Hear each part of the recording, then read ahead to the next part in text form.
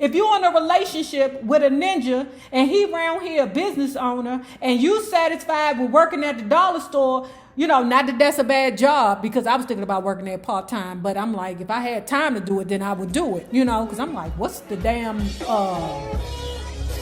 discount for working at the dollar store? Does that mean that I can get cookies for 20 cents?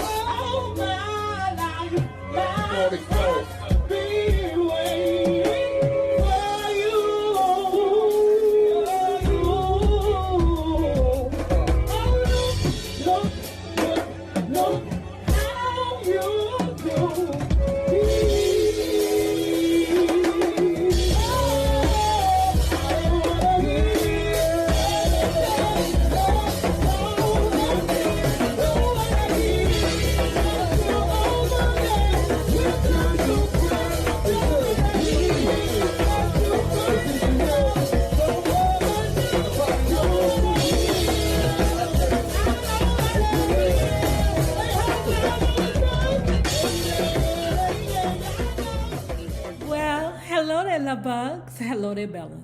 If you have not already done so, please remember to like, share to Facebook, subscribe, and visit uptopbeauty.com. Today's looky would be our Michelle Red. Ooh, won't you go over there and check it out and sweeten the pot? This week, what day am I releasing this video? This would be, Wednesday to next Wednesday. All lippies will be buy one, get one free. That's what I said. And if you are not already a part of our book club, please hit the Patreon link below and or the join button here on the YouTube, and for a small monthly fee of $5, you babies, yes, you can be privy to all the shenanigans before the YouTube gets it, if the YouTube gets it. Now, let's let's continue talking about Call Her Miss Ross. The unauthorized biography of Diana Ross by Randy Terabole. I don't know. Y'all know. Gary said that he invested heavily for the girls in TWA and railroad stock. Though Mary and Florence have complained over the years of not having any money left from these early days, the Supremes were anything but frugal. For instance, Mary, the biggest spender of them all, says that she shelled out $20,000 on a 4.5 carat heart-shaped diamond ring. Don't also forget that in the Mary Wilson book, Mary Wilson glazed over the fact that she had a bit of a gambling habit also, which is synonymous with the Motown brand. Motown lost a lot of money, a lot of acts, a lot of rights to music, a lot of names, for their acts. Hey, I tell you what, I'm out of money. But I do own this song right here. The Hey Mr. Postman song, or whatever song. I'm just using an example. Hey, I can give you the rights to this song. That means you'll get money forever. That's all I got. Will you take that? Anybody who got enough sense would take that. Barry Gordy did not allow access to the company books to the Recording Industry Association of America, RIAA, which officially certifies million sellers, and with good reasons. He didn't want to pay the escalating charges the RIAA demanded. It was a fee that was based on the amount of records sold.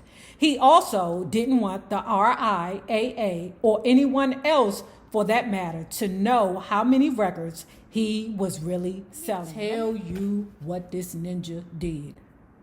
The same thing that JayZ did.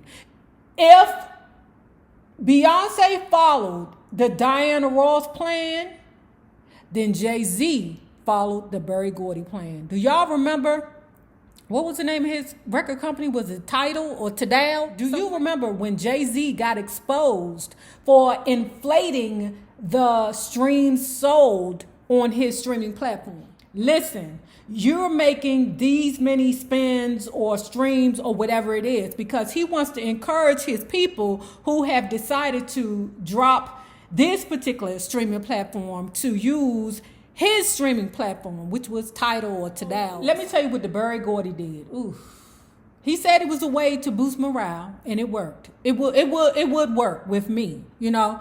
But not until I heard this part was I like, oh, wait a minute, nigga.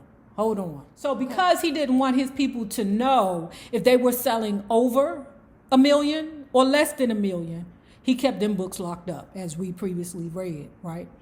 But what he would do in order to keep morale high was grab regular Motown albums. Regular Motown album, just a regular album. Here go album.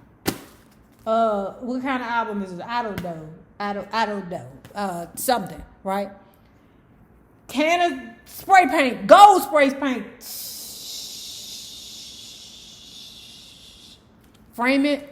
Do a whole presentation. We'd like to present you with this gold album. The artists were quite happy to receive that, you know, acknowledgement and the ceremony, right?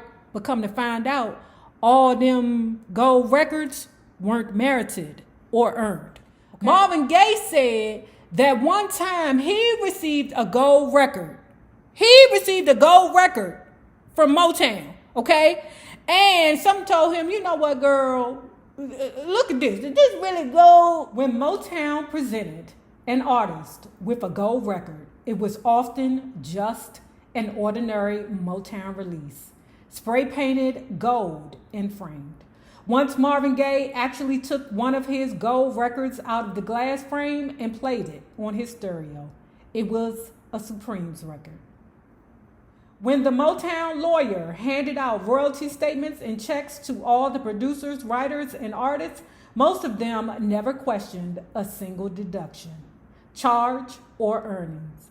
They were just glad to get what they got. Barry Gordy personally dealt with the royalties of 2 of his acts, the Supremes and the Miracles. Both groups had their taxes computed by Gordy accountants. They may have had many kinds of money problems along the way, but none of the singers of those 2 groups had disagreements with Uncle Sam in those days. You ain't never read a book like this before. It was difficult for the Supremes and all the other Motown acts who had the same recording contracts to fully comprehend how little money they were making, particularly because they thought they were selling millions of records when they really weren't. Diana had always felt the need to please her father, which she never seemed able to do. And now she had rechanneled her energies into pleasing another older father figure, Barry Gordy. She knew that it pleased Barry when she did what she was told. And beyond that, she would allow herself to be controlled because she was smart enough to know it was in her best interest in terms of career growth. If Diana had a problem on the road, she could call Barry personally and have the matter rectified in her favor. Something the other Motown artists could only dream of doing. Many of her peers thought it was she who was controlling Barry, not the other way around. But Barry knew the score. He let his protege prevail over the smaller matters. An uncooperative chaperone, a choreographed move that displeased her, a song she didn't want to sing, a dress she didn't want to wear, because he knew that these compromises would keep her in line. After all, Gordy had a bigger picture to think about that involved Motown's future corporate interest in Diana Ross's career.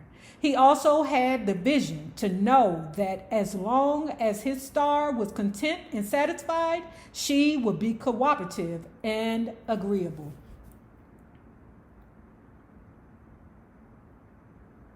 I really hope that Diana Ross wasn't selling pussy for Barry Gordy. I really do. When Diana Ross stood before her public, that's when she was in absolute control. Mary and Florence couldn't hope to compete with her for attention. They simply didn't have the stage presence of a Diana. They would have if they went in the corner and practiced and was hard on themselves the way that Diana was hard on herself. Okay? Everybody be like, I'm sorry, she did the girls wrong. No, the girls did themselves wrong by not having ambition. Okay? If you're in a relationship with a ninja and he around here a business owner and you satisfied with working at the dollar store, you know, not that that's a bad job, because I was thinking about working there part-time, but I'm like, if I had time to do it, then I would do it, you know, because I'm like, what's the damn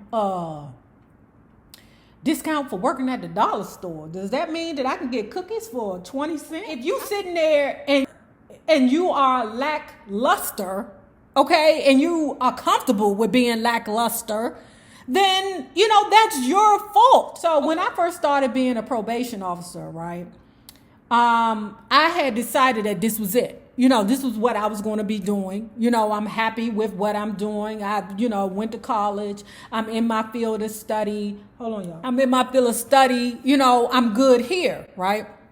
And then we were in the academy/training. So the trainer had explained that, you know, once you get into your position and you feel comfortable in your position as an Agent 1, an Agent 2, an Agent Senior, whatever the case may be, you know, you're going to aspire to be more. You know, who knows? You may be like the deputy secretary or the secretary director or some shit like that. Who knows? And I had outwardly said, like, I don't know if I want that much pressure on me. I'd like to be comfortable. I don't know.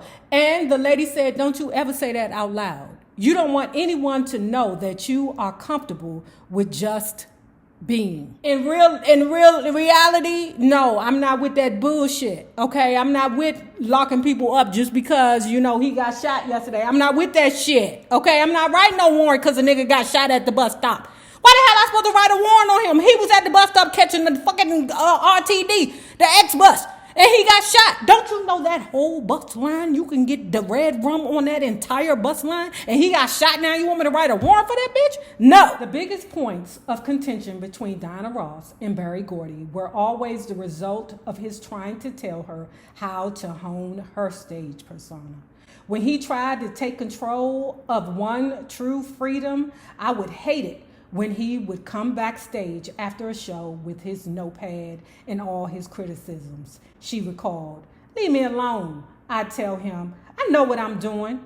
And soon, Barry Gordy would find out that she was right. Remember that time that Sugar Ray was backstage helping Diana Ross? I'm telling you, they gave that bitch 2 sentences in this book, okay? I'm telling you, I don't know. It's something about, I'm glad she wrote her book. Okay, because them ninjas ain't speaking of her, never, rarely, you know, almost no. But remember that time that Sugar Ray had said that Barry Gordy had came backstage that time and told Diana Ross that she looked like a chicken because she had on a Bob Mackie dress with feathers on it? She looked like a chicken in a Bob Mackie dress? I mean, goddamn. It's Bob Mackie. And then he gonna turn around and tell Sugar Ray, who got on jeans and a sweatshirt, that she looked ravishing. I don't know why. To see that right, that's the mind games. Like, ninjas can only play them games with a young girl. Because you know, an old head like us, we would be like, bitch, and you look like Barney Rubble. Barry Gordy was determined to see the Supremes' run of popularity continue, but not just with the youth generation. Looking to their future, he had the amazing foresight to build a catalog of albums that could appeal to adults. Good job, Barry Gordy. In April 1965, a booking at the Copacabana was secured. The Supremes would headline in July, but first, there was some work to do. In March 1965, Barry had Harvey Fuqua, former singer with the Moonglows, recruit a staff of professionals who would train the Supremes in the art of showmanship. Gordy had purchased a building next to Hitsville specifically to be utilized as a studio for these new artist development classes. He couldn't charge the girls for these lessons because he knew that if he did, only Diana would pay. Ding! Yet again! Why you so mad at Diana for? You shouldn't be charging anyway. I mean, that's a goop right there, right? But still, what does that tell you? Diana, now 21 years old, was thrilled with Barry's idea and couldn't wait to begin. For Diana, and only for Diana, Barry decided to augment the Motown training by sending her to the John Roberts School of Social Grace in Detroit. While attending modeling and then makeup classes there, independent of the other two girls, Diana discovered that the major criteria for beauty and sex appeal in a 60s pop white culture was simply a matter of skin and bones. Facts. I cannot believe how these IG models is making so much money.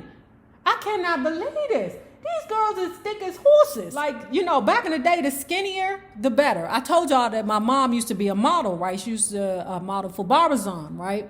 And she also had opportunities where her and Beverly Johnson had modeled together. My mama has, you know, she was a very beautiful, beautiful woman. But child, she chose getting pregnant by my father at 14 and having me at 15, girl.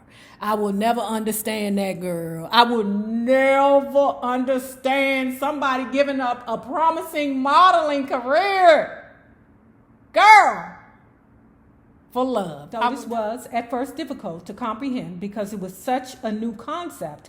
It didn't take long before she realized that her size 5 was not only acceptable, it was actually in. Size 5?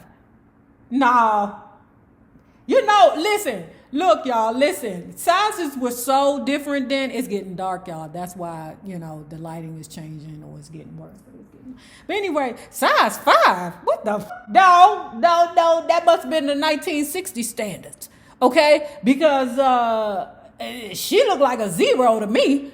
You know, not Diana Ross being a 0. Never, ever. But I'm saying there were sizes like 0, 2, 4. Like in the 90s, y'all, I was easily a size 2. I know y'all can't believe it, but I was a size 2 with no ass and big ass titties. Back in 1965, most of the other female Motown stars eagerly followed Diana's example with heavy, sometimes startling eye makeup and flamboyant wigs.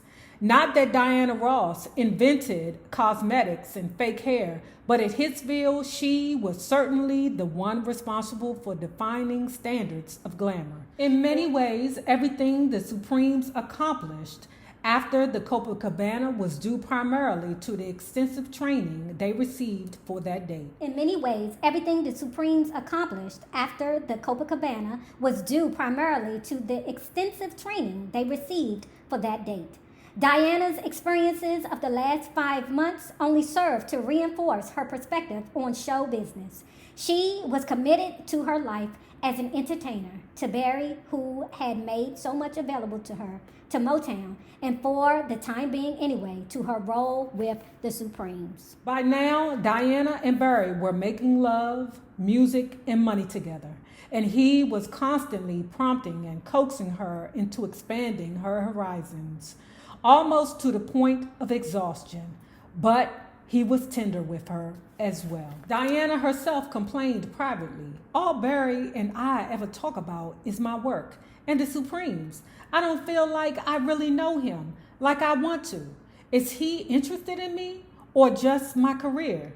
But because of her busy schedule and turbulent lifestyle, Diana never really had the chance to pursue the answers to her questions. In truth, even though Barry was quite the womanizer, he remained absolutely devoted to Diana Ross and always wanted what he perceived as the best for her. Barry pushed her to the limit, but not because he didn't care, but rather because he cared so much. Indeed, Barry Gordy was controlling and manipulative. Those were facets of his personality he himself couldn't deny. Indeed, Barry Gordy was controlling and manipulative.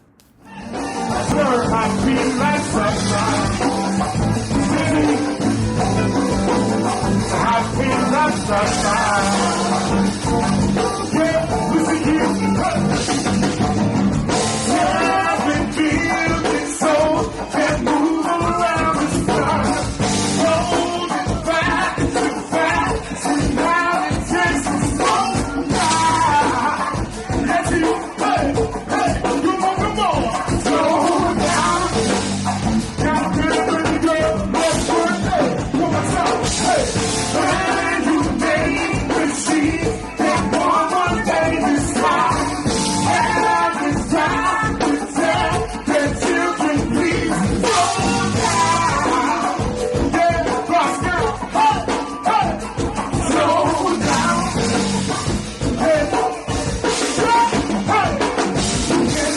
If you have not already done so, please remember to like, share to Facebook, subscribe, and visit uptopbeauty.com.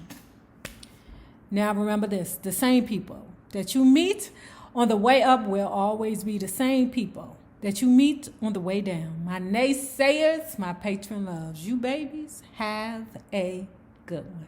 You ain't never read a look like this before.